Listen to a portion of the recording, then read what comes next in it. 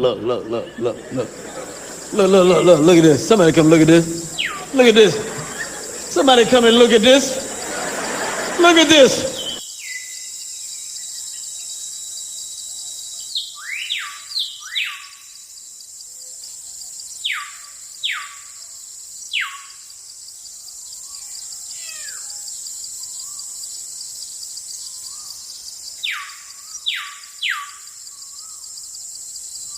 Okay, they know who they were dealing with here. Then when you turn around and direct them to me and be like, you know, watch some of Dane's videos, you know, you'll learn something new. Nah, Dane is this, Dane is that. They'll start turning their nose up.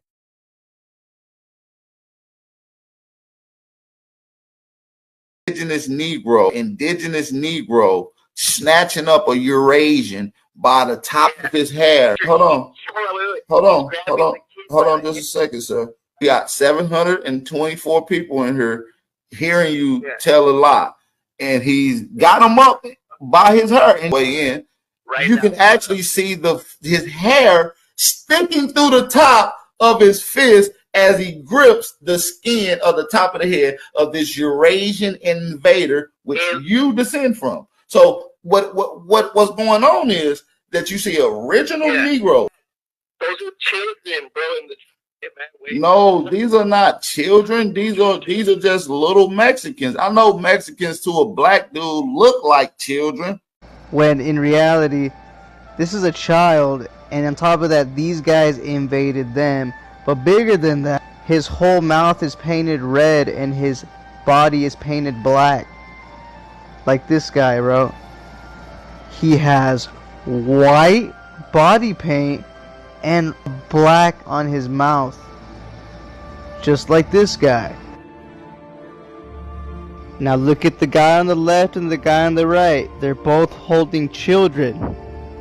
The one on the left, though, that child is painted red, and look at the guy's body. It's painted yellow and his mouth is painted black, just like the other guy who had white body paint and a black mouth. This guy, his lips aren't red, his whole mouth is red, and he has black body paint, yo.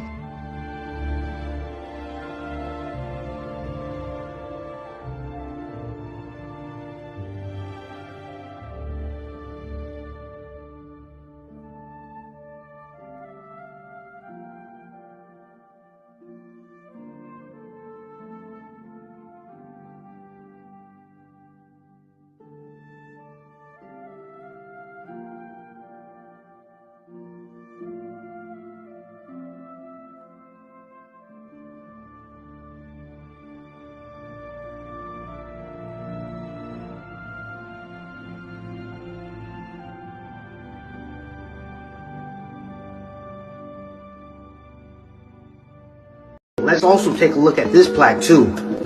El Negro, known in archaeological literature as Monument F, and in the region as El Negro. Sounds like y'all got a lot of races in that region. It went right over your head. They're telling you archaeologists don't call it El Negro but Monument F. Monument F represents a monkey.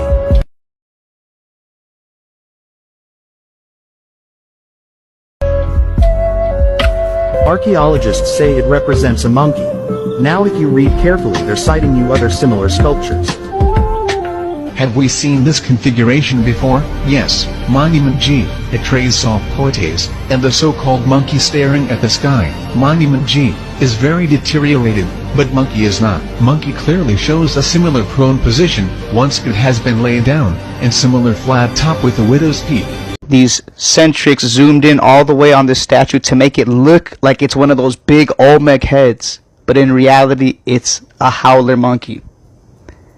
And how we know the other ones are monkeys, because the body's elongated, the arms are to the head, right? And even one of them, you could tell it's not human. Look at the ear. Right? Want to know how you know those aren't braids? Because braids don't split in the middle like this.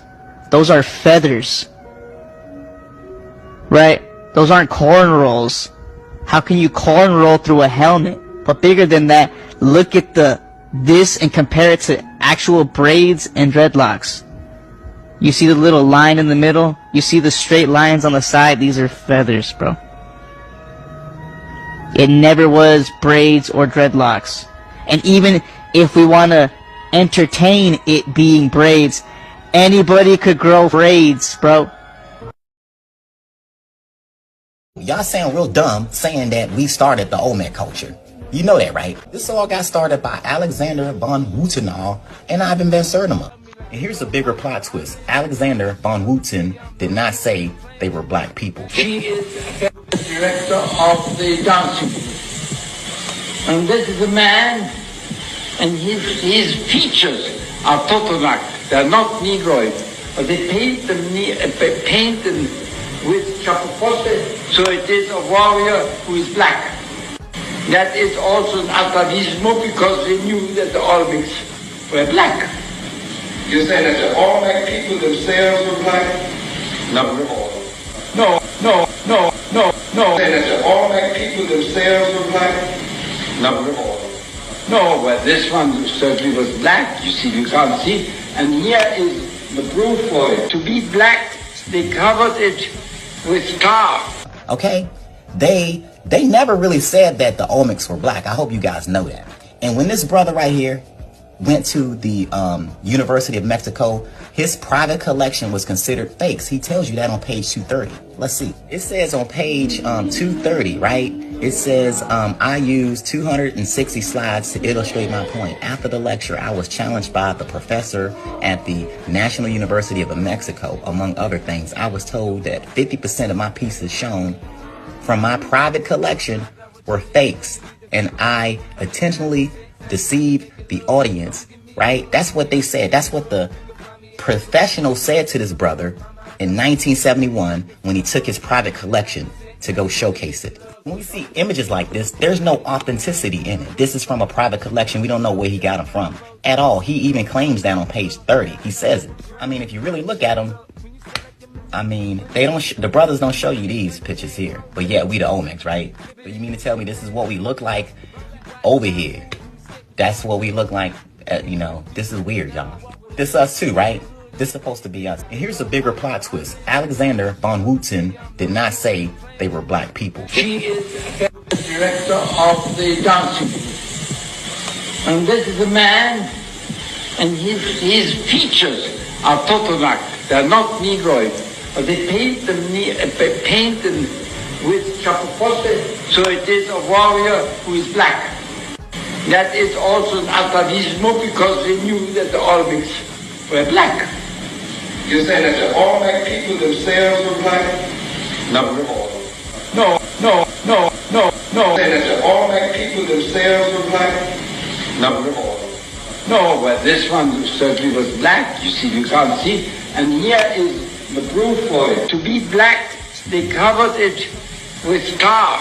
Okay? They never really said that the Olmecs were black. I hope you guys know that.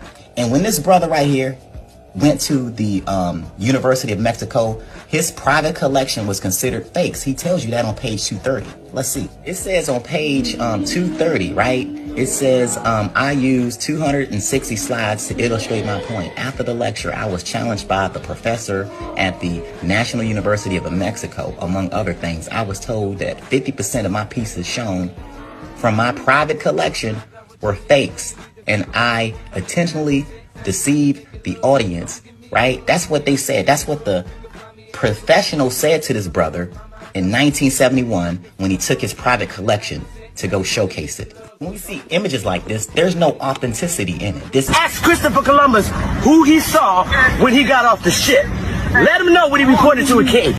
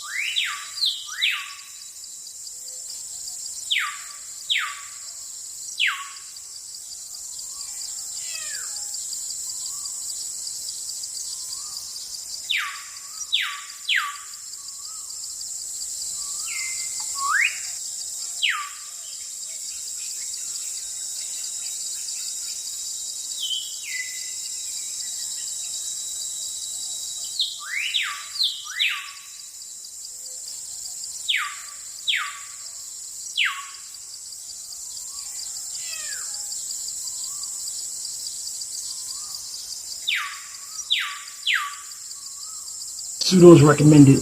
All these books saying no Negroes were here. And their color testifieth.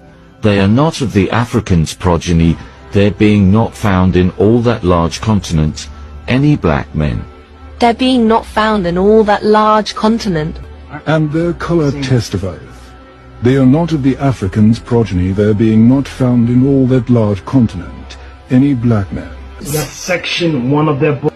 The inhabitants of Florida are an olive color, full, and without any deformity, their skins generally painted, and their bodies naked, only a deer's skin about their middle, their hair, long and black, hanging down to their hands. So now we're going to go to Maryland. The Indians in Maryland are a people generally of straight, able, and well-proportioned bodies, something exceeding the ordinary pitch of the English, their complexion swarthy, their hair naturally long and black, without curl.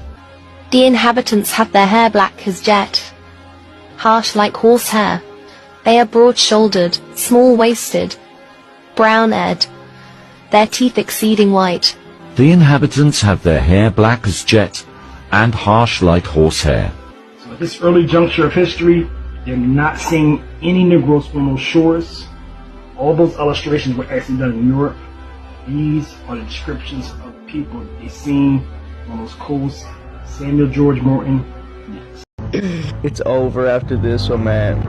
To my Afrocentric people, these aren't Bantu knots. These are snails on their head.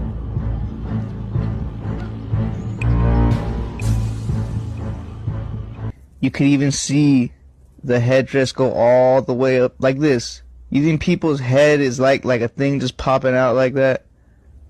And how we know these aren't Bantu knots, because with the Bantu knots you could obviously see the train track lines, right? You see the skull. There is no train track lines in this. That's because this is not hair. Now I want you guys to start looking at these through this perspective, and you're going to start to see all of this start to change.